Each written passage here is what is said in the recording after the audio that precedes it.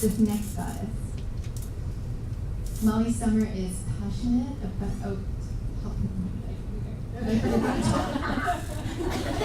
Sommer is passionate about helping others to achieve a balanced mind and body, and I know this to be true. Her goal is to help people to be kind to themselves, to show them that when they give back to themselves that they have more to give to others. Who would agree with that? In teaching yoga, she hopes to build a community of people who are healthier and stronger. Mollie also facilitates yoga retreats, offering women a place to recharge. There are just retreats all over the place. A place to recharge and give back to themselves. Retreats are incredible, creating connections and memories. These retreats are designed to allow women to leave the stresses of their lives behind so that they can re-energize, hoping that they go home feeling restored, full of life and light. Help me welcome Mollie Sommer.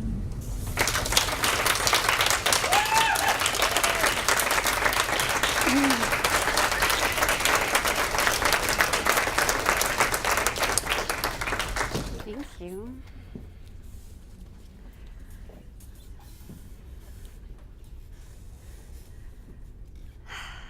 Hi.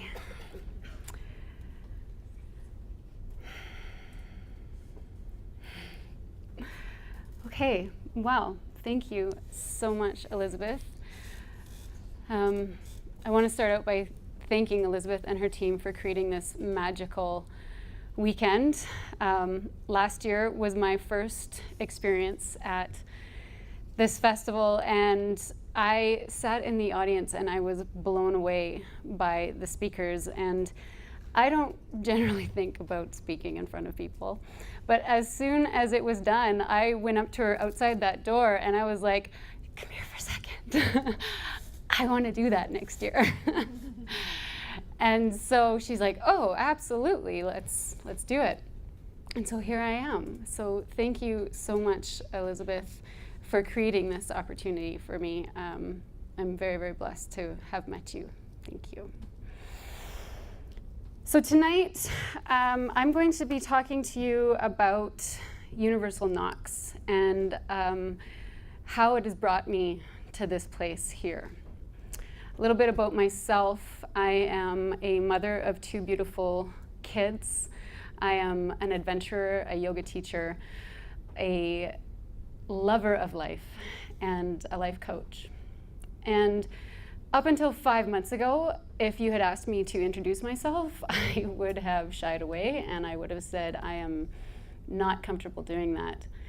And it was because I didn't like who I was. And I didn't think I was worthy enough to tell you what I did. But ultimately, I am love in here. And now I get to be who I am, and I get to share that with the world. And so I'm happy to tell you what I do, because I'm happy with who I am. So how did I get here? So let's rewind back to when I was about 8 or 9 years old, and I was with my grandparents in Campbell River for a family reunion. And there was a creek that went alongside our cabin. And you could tell that it had flooded that spring, and it had carved out the side of the bank. And the sand was about 9 feet, 8 feet tall, and underneath the water was having a little bit of a back eddy. And the local kids were standing there jumping in the water, and my brother and I went over, and the local kids thought, hey, here's some suckers, let's get them in this water, right? And so as I stood at the top, the local kids dared me to dive into this creek. And it was about maybe a foot deep. I could see the bottom, I could see the sand. And as I looked over the edge, I could see one spot that was a little bit deeper than the rest. I could still see the sandy bottom, but I thought to myself, if I aim for that spot, I'll be okay.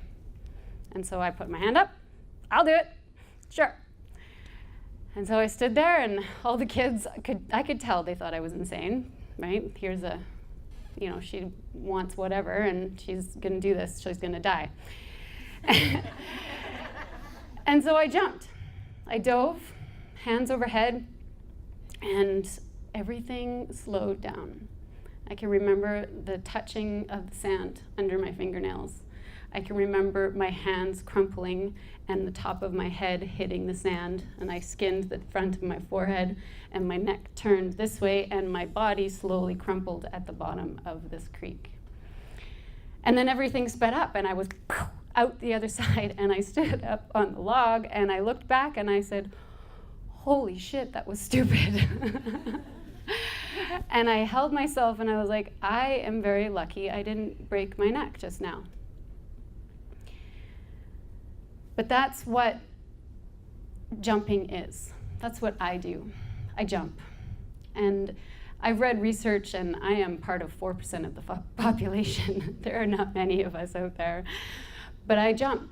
I find a spot, and I jump with faith in my heart that I will be okay. And so fast forward 35 years, and I have started a new journey.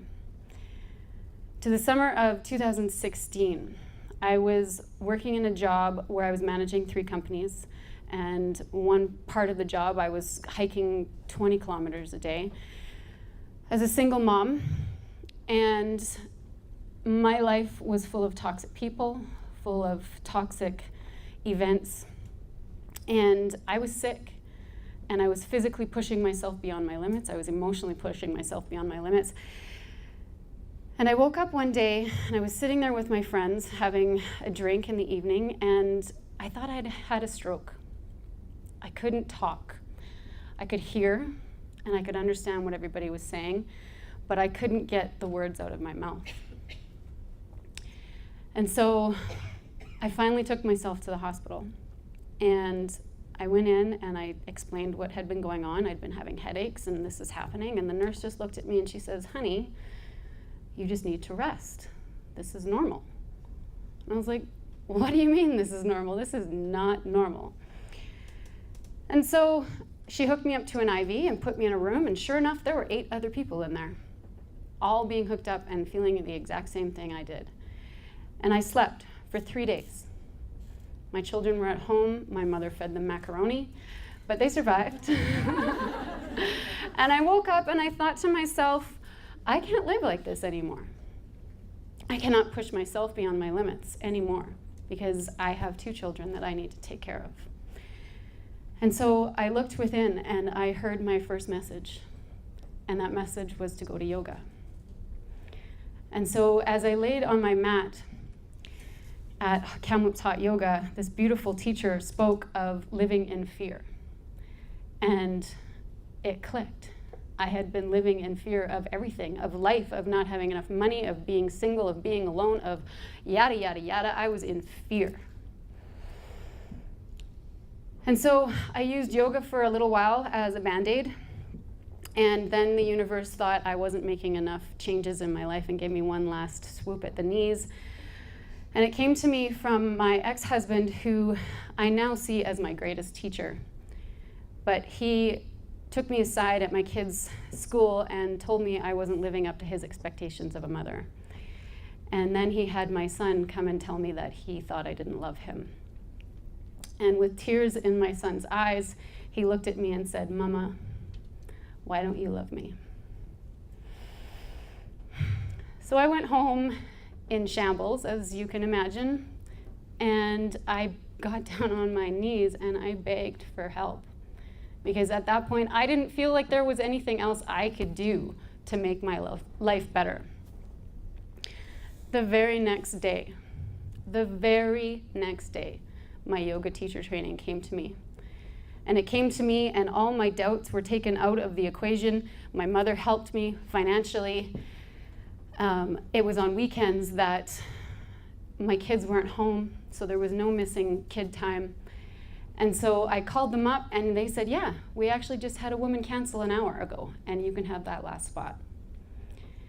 And so I thought to myself, well, this is clearly a bigger sign, a bigger purpose. And that training changed my life. It changed my life. And so I started looking for these signs and listening to these signs.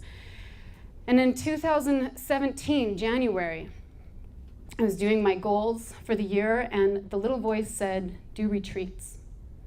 And at this point, I hadn't even graduated from my 200-hour training, and I was like, you're insane, I'm not doing that.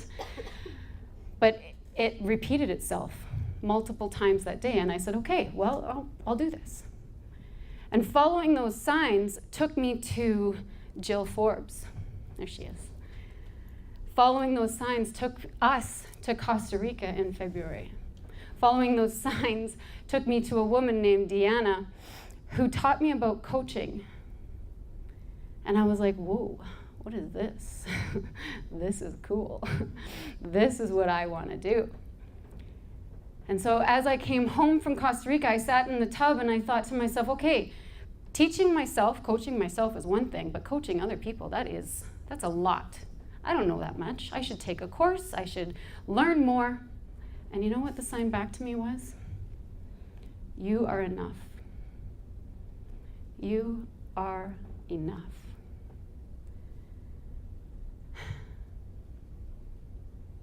And that is freedom. And so following these signs has brought me to this place where I am now living my life purpose. I am helping other people, and I am happy for the first time in 40 years. And so these knocks, they come to each and every one of us. I am not special. I am like all of those 8 people sitting in the hospital hooked up to IV. We are all the same.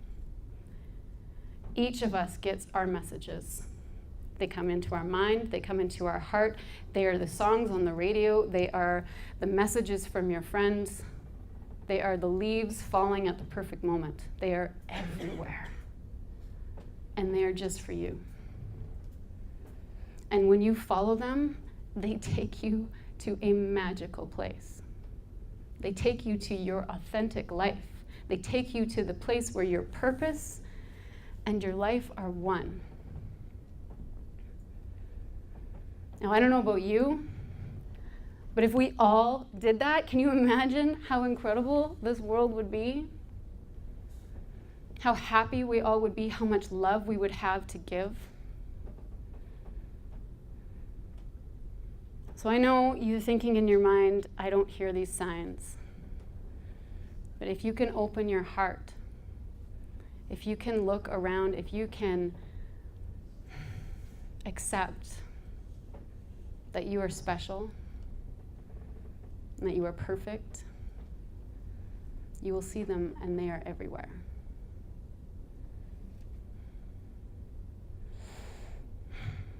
So follow them, trust them. You don't have to jump like I do.